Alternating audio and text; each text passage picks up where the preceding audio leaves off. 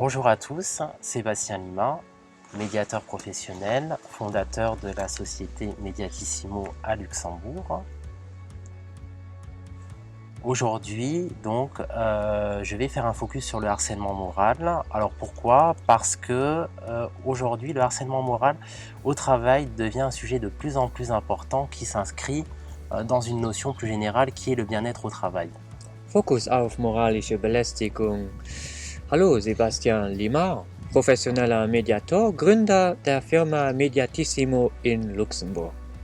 Heute möchte ich mit Ihnen über moralische Belästigung am Arbeitsplatz sprechen, das in diesem allgemeinen Begriff des Wohlbefindens am Arbeitsplatz immer wichtiger wird. Alors, effectivement, il est important de faire la différence entre une situation de harcèlement et celle qui n'en est pas une. Es ist wichtig, zwischen einer Belästigungssituation und einer anderen zu unterscheiden. Alors, déjà, qu'est-ce que le harcèlement moral? Was ist moralische Belästigung? Alors, le harcèlement moral se définit déjà par une conduite qui est abusive, systématique et répétitive. Moralische Belästigung wird als missbräuchlich, systematisch und sich immer wiederholendes Verhalten definiert. Alors, sur également un lieu de travail, donc soit par des gestes, par des paroles, une relation ou une organisation qui met en danger une personne, donc soit sur sa qualité, sur son emploi, sur sa santé, son identité, sa vie privée. Et qui a pour but de détruire alors l'ambiance de travail d'une équipe avec un comportement de la part du harceleur, donc de pervers, avec un abus de pouvoir, une violence qui est plus ou moins visible selon les cas, qui est asymétrique et punitive. Et surtout, pour moi le plus essentiel, vous avez de la part du harceleur une volonté consciente ou inconsciente de nuire ou de détruire. An einem Arbeitsplatz wird durch Gesten, Worten, Beziehungen oder eine andere Organisation die eine Person seiner beruflichen Qualität, Beschäftigung und die Gesundheit gefährdet. In einem Team kann von einem perversen Verhalten, Machtmissbrauch, einer Gewalt an der Arbeitsatmosphäre zerstören. Die Zerstörung der Identität, Privatsphäre wird mehr oder weniger sichtbar und ausgewogen und strafbar und vor allem mit einer bewussten oder unbewussten Wunsch zu schaden oder zu zerstören. Alors ensuite, donc une fois qu'on a dit ça, comment distinguer une situation de harcèlement moral à la différence d'un conflit ou d'une situation de stress, alors pour lesquelles une personne va également avoir ce sentiment de harcèlement. Wie kann man eine Situation moralischer Belästigung von einer Konflikt- oder Stresssituation unterscheiden? Was sich für die Person, die sich eben belästigt fühlen könnte? Alors, dans une situation de harcèlement moral, vous avez un premier élément, donc vous avez déjà seul un des protagonistes donne son opinion, dans le sens où vous avez une absence totale de dialogue. In einer Situation der moralischen Belästigung gibt es als erstes Element, nur einer der Protagonisten gibt seiner Meinung nach das Fehlen eines vollständigen Dialoges an. Ensuite, vous avez le deuxième élément qui est que la situation est figée et elle n'évolue pas. Zweitens ist die Situation festgefahren und entwickelt sich nicht mehr. Alors ensuite, vous avez un autre élément qui est important, c'est que vous avez une existence de non-dit. Ein drittes Element gibt es gibt unausgesprochene Existenz, Sachen, die nicht ausgesprochen wurden. Ouais. Ensuite, donc vous avez également une absence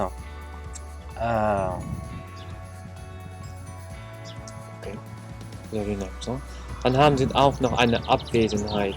Donc vous avez alors une absence de lien avec les impératifs de travail.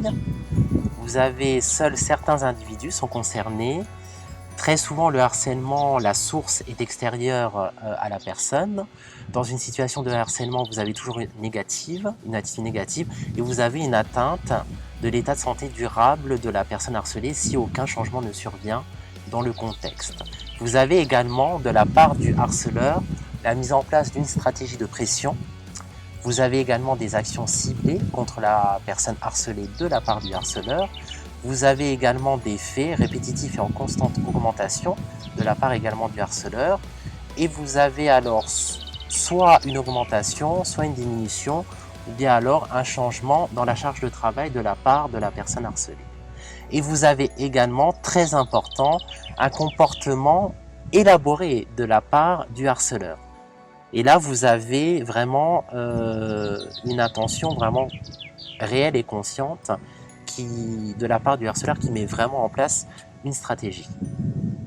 Verbindung mit den Erfordernissen der Arbeit. Nur bestimmte Personen sind betroffen. Was dann auch noch ist, dies ist eine externe Quelle der Person. Und dann ist es dann immer negativer. Es liegt eine Beeinträchtigung des Gesundheitszustandes vor, wenn sich der Kontext nicht ändert. Es wird eine Druckstrategie aufgestellt. Es gibt gezielte Aktionen gegen die belästigte Person. Es gibt sich wiederholende Handlungen, ständige Zunahme. Die Arbeitsbelastung steigt, sinkt oder ändert sich. Es gibt auch ein ausgeklügeltes Verhalten des Stalkers in diesem Fall.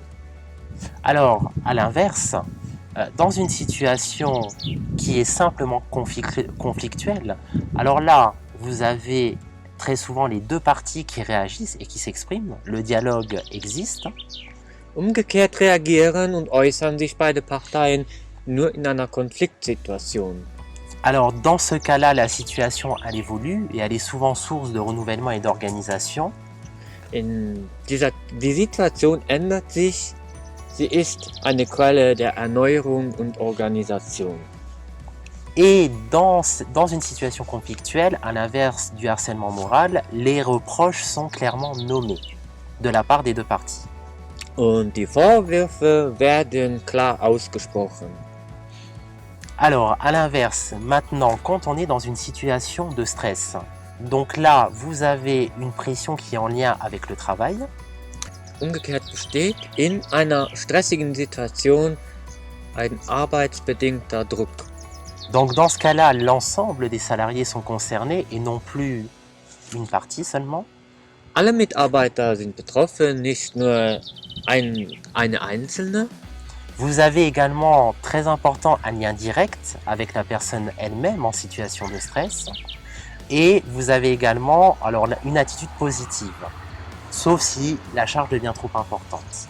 Et le stress, en règle générale, disparaît avec le repos. Donc le stress est également une manifestation naturelle de l'être humain. Le stress est également le résultat d'une pression environnementale dans le sens par rapport à la structure de l'entreprise. La situation de stress est floue et sans préméditation. Les faits en situation de stress sont très souvent passagers, fluctuant en intensité, moi je dirais selon la charge de travail. Et vous avez également donc, une augmentation de la charge de travail qui aboutit donc effectivement à un stress chez la personne concernée, par exemple qui a peur de ne pas atteindre ses objectifs. Es besteht eine direkte Verbindung zu dem unter Stress stehenden Menschen. Es gibt eine positive Einstellung, wenn sie nicht zu viel ausartet. Stress verschwindet normalerweise mit der Ruhe. Stress ist eine natürliche Manifestation des Menschen. Stress ist auch das Ergebnis von Umweltbelastungen.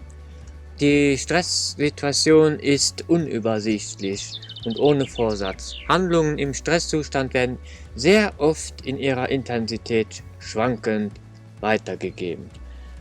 Die Arbeitsbelastung nimmt zu, was Stress bei der betroffenen Person führt.